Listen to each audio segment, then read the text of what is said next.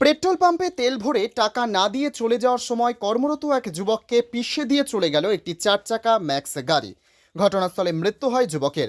বাবা মায়ের একমাত্র সন্তানের এই পরিণতি হওয়ায় এখন সর্বশান্ত গোটা পরিবার।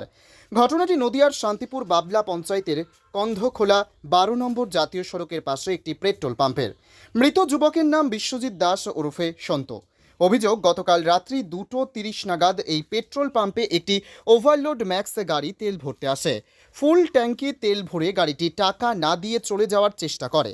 এরপরেই কর্মরত যুবক বিশ্বজিৎ তার দায়িত্ব পালন করার জন্য ছুটে গিয়ে গাড়িটিকে আটকানোর চেষ্টা করে, কিন্তু শেষ রক্ষা আর হলো না। ম্যাক্স গাড়িটি তাকে ধাক্কা মেরে গাড়ির নিচে ফেলে পিষে দিয়ে চলে যায়।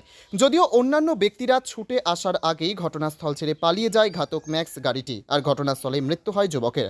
যদিও ঘটনার উদ্ঘাটন করতে রবিবার পেট্রোল পাম্পে আসেন রানাঘাট পুলিশ জেলার পুলিশ সুপার কুমার সানি রাজ্য ছাড়াও অতিরিক্ত পুলিশ সুপার সহ পুলিশের উচ্চপদস্থ আধিকারিকরা খতিয়ে দেখেন সিসি ক্যামেরা, গাড়িটির নাম্বার প্লেট জানার চেষ্টা করেন।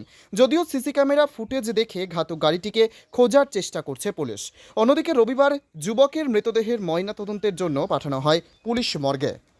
গতকাল রাতের যে ঘটনা, এই যে মারা গেল পেট্রোল পাম্প কর্মী, এখনো গাড়ি কি ধরা সম্ভব হয়েছে? नहीं এখন সিসিটিভি ফুটেজ দেখা হচ্ছে।